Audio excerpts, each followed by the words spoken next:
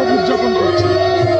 গতকাল আমরা 31 ডিসেম্বর 2025 আমরা শুভ উদ্বোধন করেছি এবং রামকৃষ্ণ মঠ মিশনের উপাধ্যক্ষ সুনিশ্চিন্তানন্দ মহারাজ আমরা এখানে উদ্বোধন করেছি। দীর্ঘ 1.5 থেকে 2 ঘন্টা উনি ঠাকুর কল্পতরু সম্বন্ধে বক্তৃতা রাখেন এবং আজকে এই আমাদের প্রথম অধিবেশন স্টার্ট হয়ে গেছে। তারপরে দ্বিতীয় অধিবেশন চলবে, একের পর এক যথারীতি চলবে। আর আমাদের আজকে এখানে কল্পতরুটা আগামীকাল পাঠচক্র হবে।